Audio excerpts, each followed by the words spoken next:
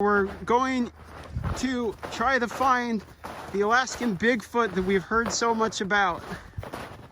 And we know it's out there. It's been years since it's last been spotted, but today on this documentary, we're going to be finding the true source of the Alaskan Bigfoot. Stay tuned. Oh, we've been hiking, what was it, 470 hours? At least. I don't know if we're going to make it. Food supplies are low. We've been stalked by prey. You can see foot tracks. They're almost the same size as mine. Hey man, those must be huge. So this is the little yurt that I've been spending the nights in, out in the Alaska wilderness. It's pretty cool.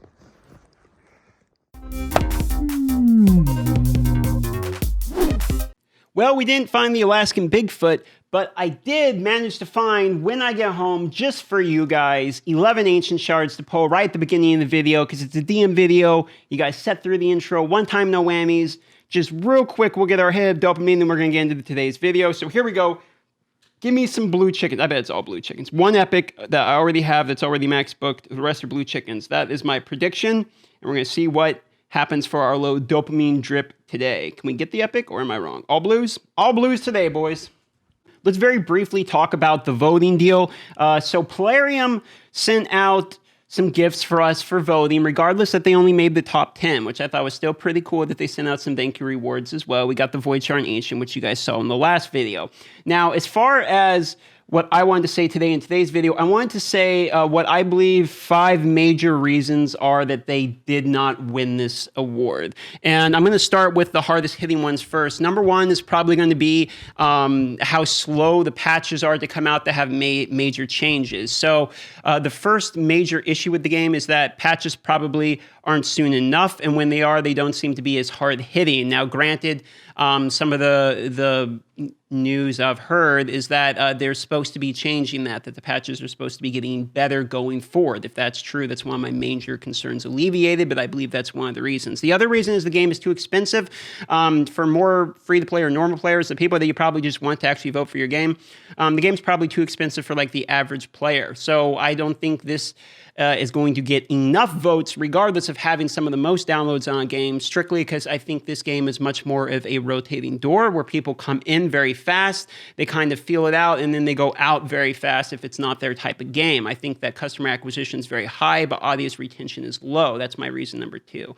Reason number 3 is going to be a lack of quality of life updates. This is kind of similar to number 1, where it's the non of patches, but this is specifically quality of life.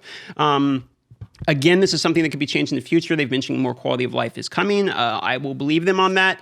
I mean, why not? I believe them for everything else, I guess, so far. So that's my number 3. We need more quality of life. Number 4 is that this game, when it comes to accessing characters you already have, is very difficult, meaning that if you're trying to get a character to level 60 as your first character, it's very hard to achieve. It can be discouraging right off the bat, especially if you're free to play.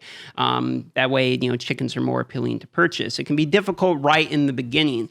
And new player retention tends to be something that is very important for games.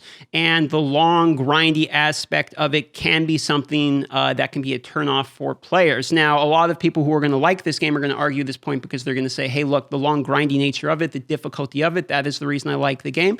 To be honest with you guys, is part of the reason I like this game as well myself, so I completely see the secondary argument. This is just a point as to why, in my opinion, they did not win this vote. Number 4 is going to be their bad PR. Personally, I think they're not very good with public relations. I think a lot of issues that the community has had with them could be completely alleviated or at least helped by being better vocally. It seems there seems to be, when updates come out, it's mostly through the Discord, through the community managers, and not everyone's in those Discords, so the timing can be off, as well as it kind of seems like you get information that changes, like one update will come out, but it's like, oh, sorry, the update's not actually coming out. So things like that can be aggravating for long-term players. Now, number 5 for me is going to be something which is kind of niche in one small particular thing, but I do think it's actually a major issue with the game, which is still the acquisition of books. Granted, they've made books more accessible to free to play recently with things like some easier rewards for epic books, lower points wise in your self tournament. Now we're competing against other people just to get the points on your side of it. They have added more books in there, I've seen, like things like epic books. I've even seen double legendary in the last Champion Chase tournament. Now, the counter argument there could be that, actually in this one, there's no books at all, unless we're talking global leaderboard, and that's not free to play at all. But we are getting chickens, at least. I guess 3-star could have been replaced with 4. I would feel a little better. But at least the rewards, I thought, recently have been an upgrade. Maybe this one, not so much, but I had seen the last one seem to be better. So for number 5 for me is going to be easily trying to upgrade your skills with characters. And I'm not just talking legendaries. Let's say for the moment the legendaries are balanced for how they are with skills. They're probably not. They're probably too expensive. But let's just say that they are and talk strictly epics. For instance, if I wanted to build my triple skull crown team like I did, the books were very, very expensive. I mean, we're talking like 30 epic books for 3 characters. And not only these ones, I mean, some characters take way too many books. Like I'll give you an example in Scartorsus, right? So if you look at his skills here, this one's only 1, but this one is 1, 2, 3, 4, 5, and this one's 1, 2, 3, 4, 5, and the last 2 are all the way 5. So you need 3 books of just filler to get there, and you really need his basic attack to even be good. And this kind of ties into the 5th thing, which is that the skills are fundamentally different depending on how much you've upgraded them. So you can pull a really good character, let's say like Valkyrie even, but she's not that good until she's booked. I mean, she's good, but she's not Skull Crusher level until she is booked because trying to get the counterattack all the time. So things like that can be a little frustrating for free-to-play players, and it's probably part of the reason they didn't get first place this time. Call of Duty Mobile snuck that one from them, even though I argue Call of Duty Mobile ain't that good of a game either.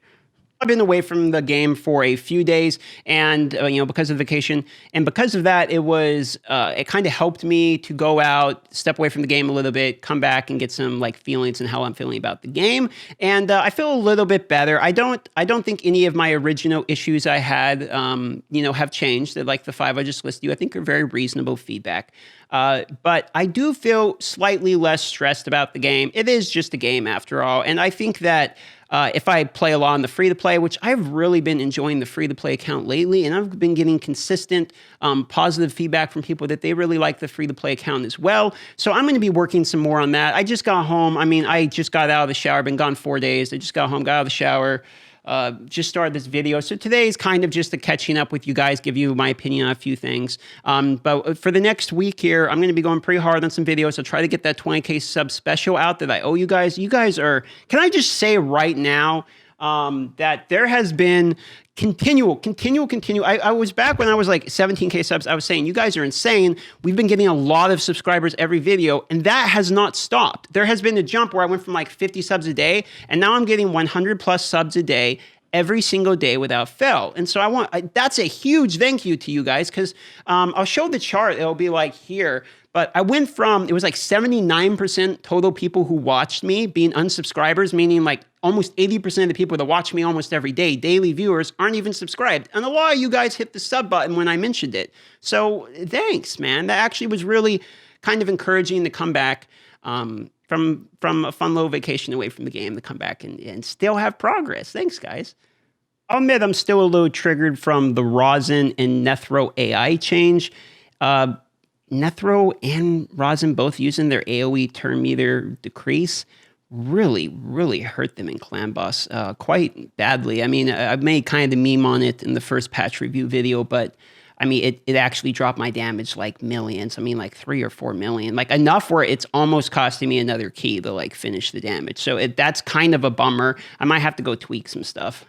All right, guys, so that's going to wrap it up for today's video. I am live as of the posting of this video. I haven't done a live stream in a few days. That's my apologies. So as of right now, if you're hearing this, I am live on https://www.twitch.tv. I'll put it in the description. Oh, and quick shout out, if anyone made it all the way to this very last second, subscribe to me, but also subscribe to Kyre Mobile. I'm going to put him on that side, okay? This is my buddy. This is a shout out to my good, long-time best friend, Eric. Car Mobile, I love you. Go give him some guys. He's really close to 1,000. If he gets like 100 subs out of nowhere, he'll come home and blow a load. It'll be great. See, look, 21 million damage. That's terrible. Like that should be 25 on auto from the get-go. I've had this team do 27 and a half. It's down to 21. Look at the damage difference, man. Nethro's doing 9.8. Rosin's doing 2.3. Rosin was almost always like 3.58, and Nethro was always over 10 mil. I mean, almost always over 11 million. So this is, I mean, I know this is like, yeah, I'm complaining over almost 22 million Ocean Nightmare, but this is really like, for this team, that is not good. So that's a bummer. I wish they would change this. Okay, guys, love you. See you on the next one.